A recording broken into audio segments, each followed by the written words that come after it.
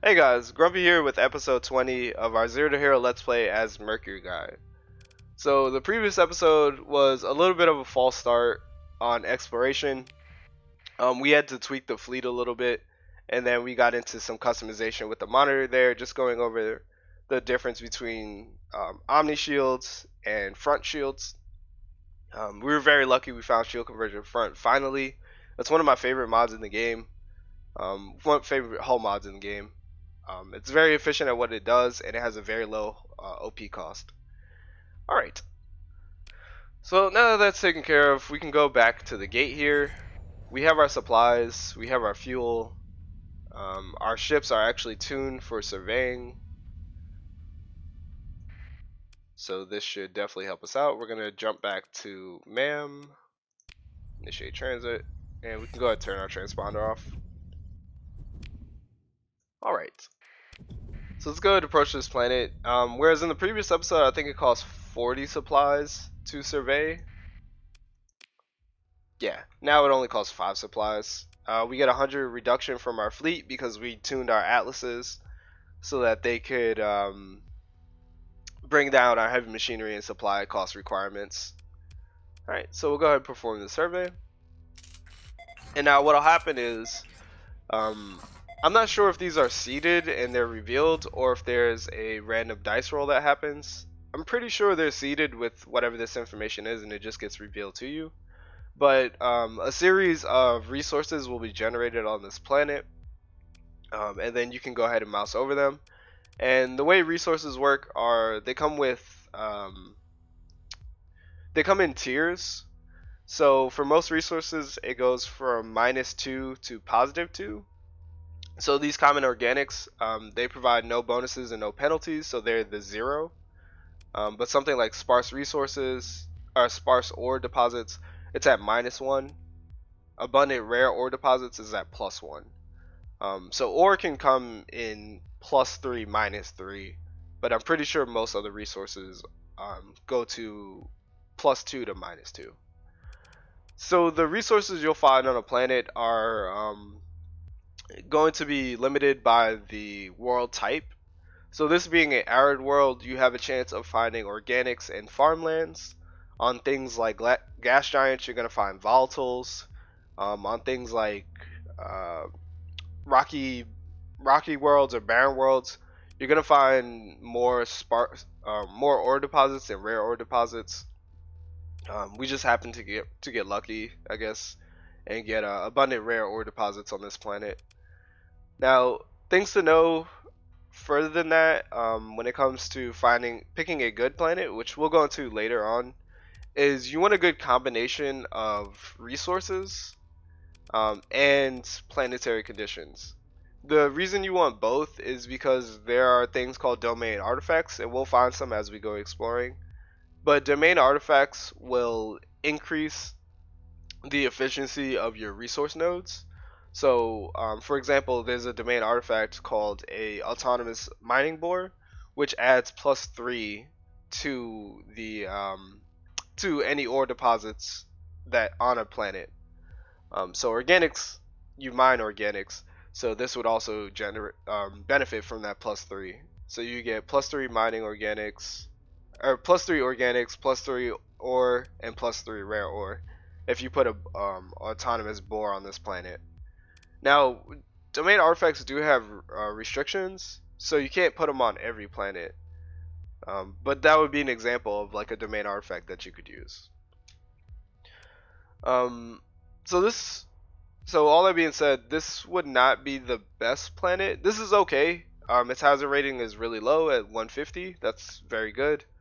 But it has farmlands and rare ore deposits, so those are in conflict. There's a domain artifact called I think it's called soil nanites, which can't be used on planets which have abundant rare ore deposit or that have rare ore deposits. So unfortunately, this poor farmland is what we would be stuck with if we establish this as a colony. We would have a -1 to food production on this world. So after you conduct the survey, this information is retained. It's just added up here. You get a couple options, so you can establish a colony. You can leave the planet, or you can consider other factors. So other factors are going to include things like cryosleepers, coronal hypershunts, things like that that would have, or factions that are nearby, things that would have an impact on your planet and could either help it or harm it. Most of the times it's just going to be blank though. Alright, so let's go ahead and leave, and we'll go ahead and leave. And that's how you do a survey, that's how you read it and break down the information on that.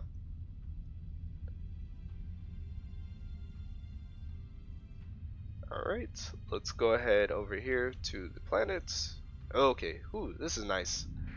So if you ever found a planet that has kind of like debris around it, it looks like a bunch of really small ships. That means that there's going to be ruins on that planet. And the denser this debris cloud is, the larger the ruins are going to be. So here we have Ordog. We can perform the survey. This being a barren world, it has no atmosphere, cold, and low gravity. So its hazard rating is going to be 200%.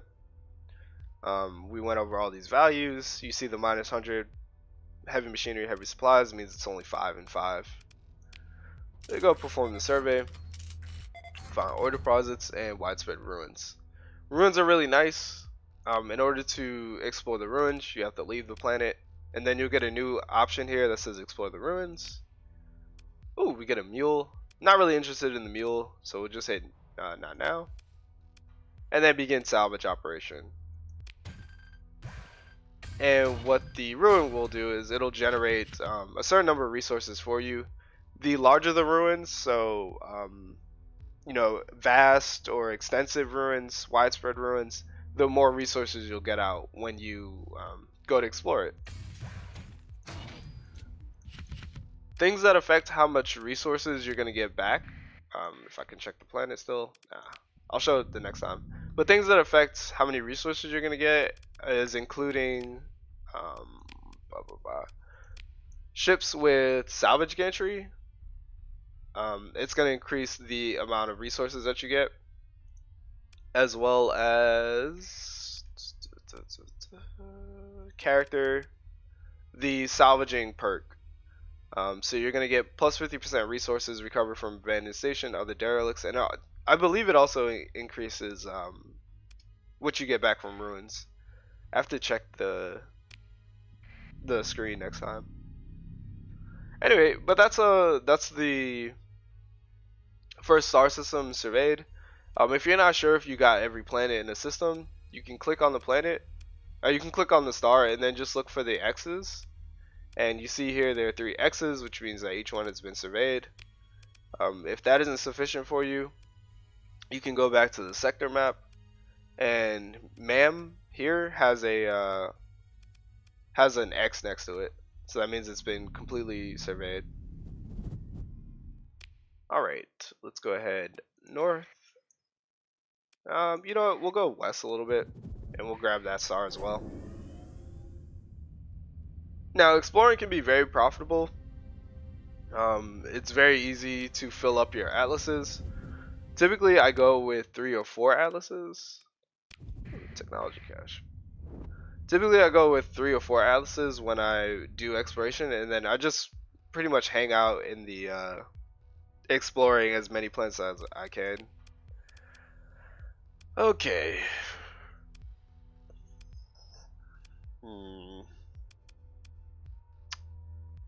You have an auto pulse cannon. Okay. And you have flash bombers with proximity charges. Not bad. Alright, we'll go ahead and take this fight. So this is a Remnant fleet. It is a fairly typical fight, but just one thing to know about Remnants is you just have to size up their ships, right? So this is a majority frigate Remnant defense fleet. So we specialize against destroying frigates, right? That's not really a problem for us. The Fulgent and the Brilliant, though, very strong ships. We saw the Fulgent in episode 16, episode 17, where we secured the cache. But our monitor is gonna have no problems tanking both of these. So our monitor will tank both of these, and then we'll go ahead and destroy the frigates. We'll probably destroy the Fulgent after that, and then we'll all gang up on the Brilliant.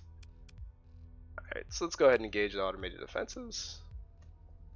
The Brilliant is a carrier.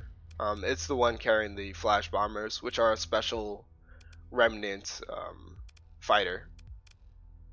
And then the Lumens are kind of like wolves. They have the phase skimmer ability. Then the Glimmer is just a glimmer. It's not anything too particularly exciting.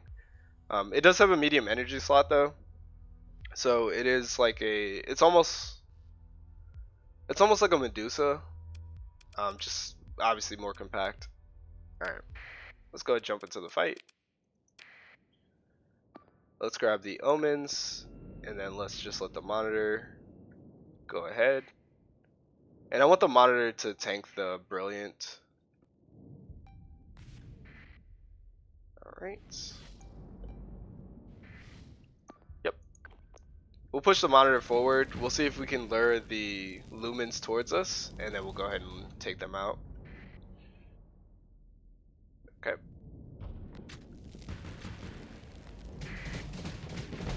It's important that you focus on one at a time when it comes to remnants. Spreading yourself too thin with remnants is a good way to get yourself blown up. Alright. Let's go ahead and switch off. We'll let the monitor handle that.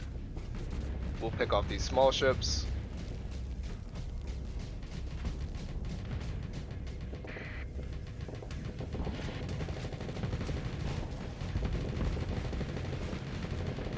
There we go. I kept hitting the wrong key.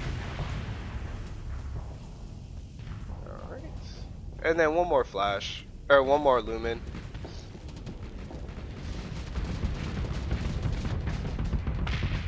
Alright. I think we'll take on the Fulgent first, because the Fulgent can't really go anywhere. It is maneuverable though. Alright. Yeah, we'll take on the Fulgent. And we'll have the monitor switch over to the Brilliant. Alright. That's its final Sabo. Again, I think I demonstrated this in one of my guides, but there's a visual indicator on missiles. So if we look at his missiles, he's all out. That was his final Sabo. Whereas if we look at my Sabos, I still have a full rack. So now I know that the Fulgent, while still a dangerous ship, is a little safer to approach. I don't have to worry about getting overloaded by him as easily. So we'll go ahead and grab the omens, set the omens on the Fulgent. And what the omens are going to do are they're going to go ahead and disable some of the weapon systems.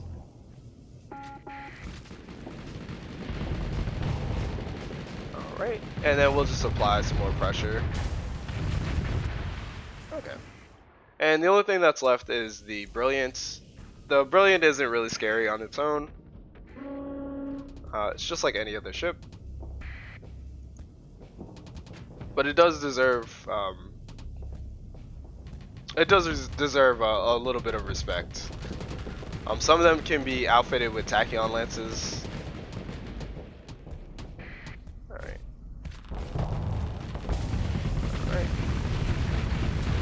Just using the sabos to go ahead and overload his shields. And then laying into the engines there. Okay. All in all, not too difficult to fight. We'll go ahead and pick through the wreckage. Whenever you fight remnants, there's a chance to get cores from them. The harder the fight, typically the better cores you get. So we get a gamma core there from them. You can fill up on fuel and also recover some supply. Alright, so here you have an opportunity to take the AI core and give it back to, I think Tritachyon or Galatia. We're going to take the AI core for ourselves though. And what that'll do is it'll provide us with our first alpha core. Alpha cores are very valuable. You can use them to govern your colony, to increase the efficiency of an industry or a building. You can also use them to pilot your ships, but you need automated defense for that. Alright, and then we also get some blueprints. All blueprints. So blueprints are the same as mod specs. You want to learn them. Some blueprints do sell for a lot, but it's better that you just learn them. We got 3 railgun blueprints. I just noticed that. It's better that you learn them because again they can repeat if they're unlearned. That's unfortunate that we got 2 of the same or 3 of the same blueprint though. That doesn't typically happen. Okay. Let's go ahead and recover a little bit more supply. And then let's perform our survey. Alright. Ore deposits, sparse resources. Okay. So something I like on barren worlds is that they typically have no atmosphere, and no atmosphere is a very versatile modifier. It's very domain artifact friendly. Um, a barren world or world with no atmosphere and bad resources is still a really good planet. It's a really good candidate. The most ideal ones are obviously +3/+3, no atmosphere, and extreme heat, and then that's it for modifiers.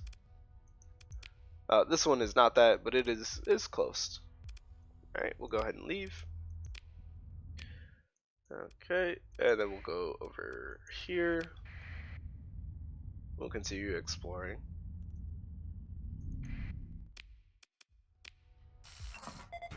Alright, so this is an okay planet. It has the extreme heat, it has no atmosphere.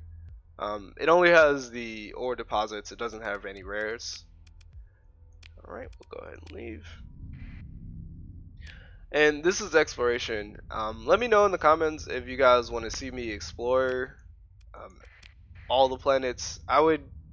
The idea I would have is I would just explore, um, wait till I find something interesting. Like I would explore all the boring worlds.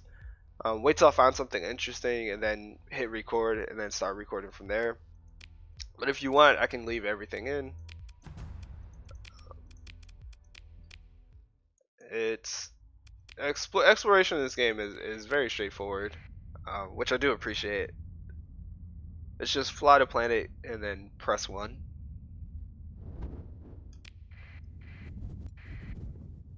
Okay. Oh, ghost. Um, the game dev could have made it a lot more complicated. Obviously, like establishing a camp, have it on a certain cooldown or whatever timer, things like that. But no, it's very easy to jump from planet to planet. Alright, let's go perform a couple more surveys. Oh, something I didn't mention is every time you survey a planet, you'll get class survey data. This doesn't do anything in vanilla, so feel free to save it or sell it. If you do sell it, I would sell it on the black market so you don't pay the tariff when you go to sell it. You get the most money you can. Selling it to pirates is a good idea, or the independents, because they don't care about black market activities. Alright. Let's go ahead, head over here. A lot of barren worlds. Okay, so this would not be a good world. It has cold and thin atmosphere. That's really not going to help you out there. Thin atmosphere instead of no atmosphere is really it really holds the planet back. All right. We'll go explore this one. Then I want to stay closer rather than further out. Yeah. We're only exploring that one because it's nearby. Alright. And then as you see, like, as you go exploring, you'll generate more supplies. So there's like a critical minimum.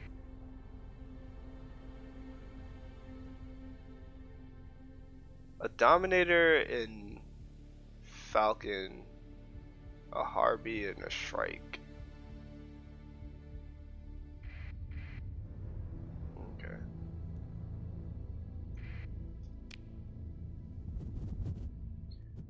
Alright. Any gates in the system? No gates.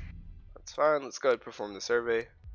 So as you see with the other planet, it was with the first planet we surveyed, it was 3.3, I believe. With a gas giant, it's going to be a ×5 multiplier, because of the planet size. Oh, but we don't have enough crew. Interesting. Okay. Ah, that's unfortunate. All right, you need a minimum amount of crew in order to survey a planet, and we just don't have enough. Do we have room, perchance, in our fleet? We don't. So we need to bring. Hmm. And that's with additional berthing, huh? Alright. That sucks. I like to perform surveys on all the planets. Alright, we find abundant organics, so this is +1. You see there it says mining in brackets. That's the industry that you have to build in order to get the organics done. It is a water world, so you can establish farming on this planet. But instead of saying farming, I think it'll say hydroponics. So, alright, we'll go ahead and leave.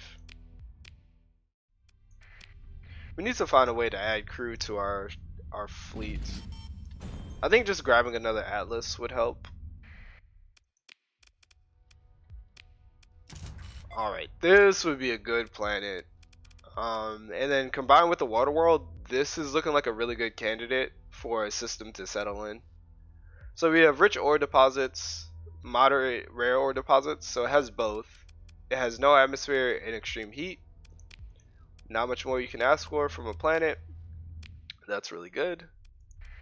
And then let's check out the final worlds.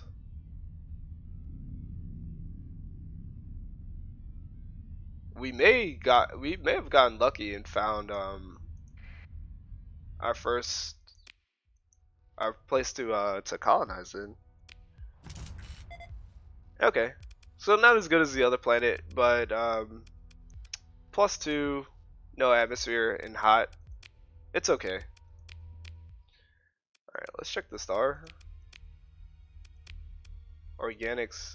Okay, so we're probably gonna end up settling here, which is really lucky. We're gonna obviously come back with some crew so we can survey the gas giant just to make sure it's good to go. But like this planet, not this one. This planet is really good. So it has rare +2, no atmosphere, extreme heat. We get organics and we get farming, so that's taken care of there. And then we'll get volatiles from a gas giant. So those are all the base resources that you need, and we're very lucky in that they're all lumped together in one system. When I settle a colony, I really like to make sure that all of the resources, I can get as many varied resources as I can in one system. The cool thing is also that this gas giant, if we do settle here, the gas giant will have a gravity well, so it's really convenient for jumping in to into your colony system, because you don't have to fly anywhere else. You can jump into the gravity well and then repair or something in case of emergency. Alrighty. And there's a gate nearby. There's a gate in Mam, so that's really close. That's actually really nice. Alright, let's turn around, head back to Mam, use the gate, and then let's see if we can't sneak, 11 more crew in so that we can survey that gas giant. Then we'll make a determination if we want to colonize here or not. That's very lucky. Um, Obviously, we could continue exploring. There will be better systems out there. But, man, I mean, what else can you ask for? Also, the hazard rating isn't too bad. I think they're all between 100 and 200. Let's travel through the gate. Again, we'll head to Asconia. Make sure we turn our transponder on before we jump. I don't know why the gate is so close here. Normally the gate is around the like outskirts. It's convenient for me. I mean, it means as long as we're friendly with Syndria, we can always trade with the planets. And then next up, oh, one thing I didn't check. This is important. If we go back to the place we were in. Ah, okay, cool. So here are stable locations. You're gonna want to make sure you have at least one. 3 is how many you can have total. 3 is the max you can have. Stable locations are important because it's what's going to allow you to build your makeshift relays. So comm relays, nav relays, or nav buoys, and sensor relays. So if we go here to Asconia, Asconia has 3. So it has the listening station. So they get the sensor range. They also get the comm relay, which adds +2 stability to the colonies, and then the nav buoy, which adds +3 to all the colonies.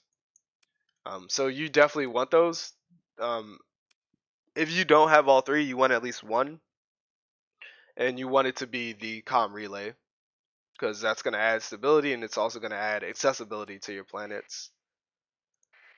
Alright, but let's see if we can't get somebody else. We could go for a mud skipper.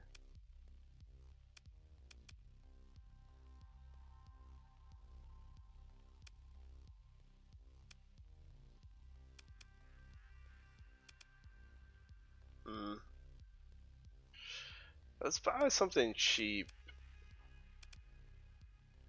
Oh, yeah, we could buy a Wayfarer. Well. Alright.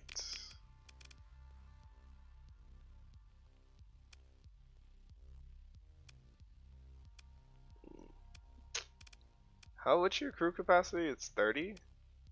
I'll never use a Mercury. But in this case, sure. That it kind of feels like a waste, but whatever. It gets the job done. We'll go additional berthing. We need so few crew.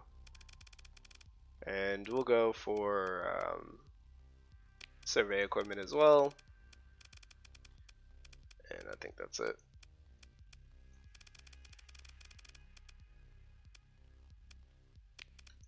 Unstable injector, sure. And we'll buy some crew, and then we'll head back out there. Using the gate, travel back to MAM. Alright, now what we're really looking for is a good volatile roll on our gas giant. Anything positive is good. If we get plentiful, which is the maximum you can get for volatiles, then that would be perfect. Alright, we'll go ahead and lay in a course.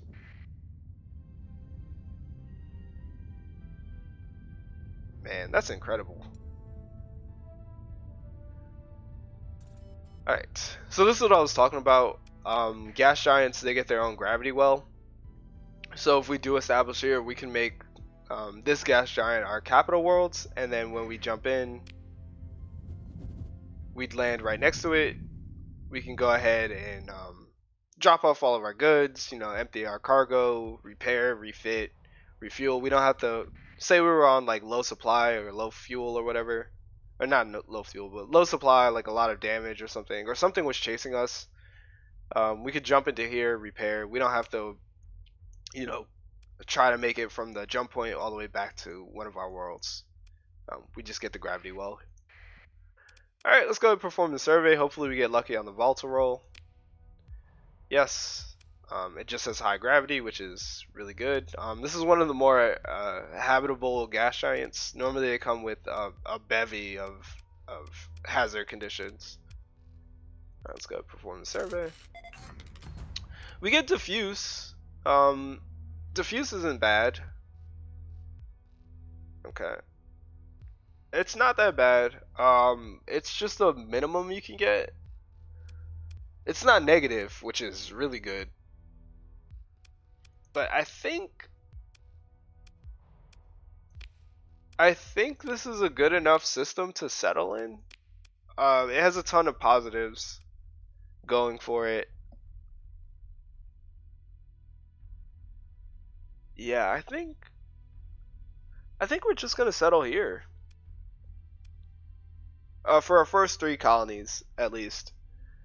We'll just settle here, and then we'll continue exploring, obviously, because we want to build better colonies in the future.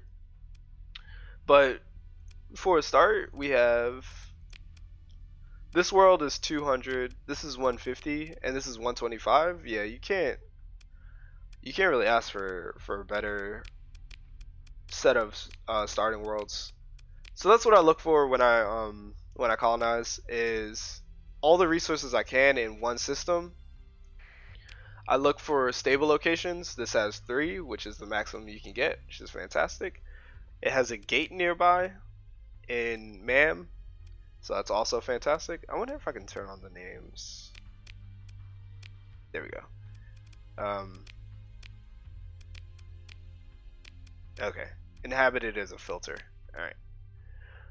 It has a gate nearby in MAM, and like it's just good. It's just great even. Cool. So at the start of the next episode, we'll go ahead and start building our resources up. So getting to 8 million credits, we'll start that journey. Obviously, you don't need to get that many. What you could do is get 2 million credits and then settle this water world. Then go ahead and settle the gas giant or the rocky world, and then settle the third world. I'm gonna do them all at once. I like to do it that way. It's a little more fun and it's a lot faster in the long run. Yes, it does cost more upfront, but what you pay upfront, you save in time later, and your planets become a lot more profitable sooner. So I'm gonna end the episode here. Hope you guys enjoyed that. I'm very lucky finding the system. But other than that, Grumpy out.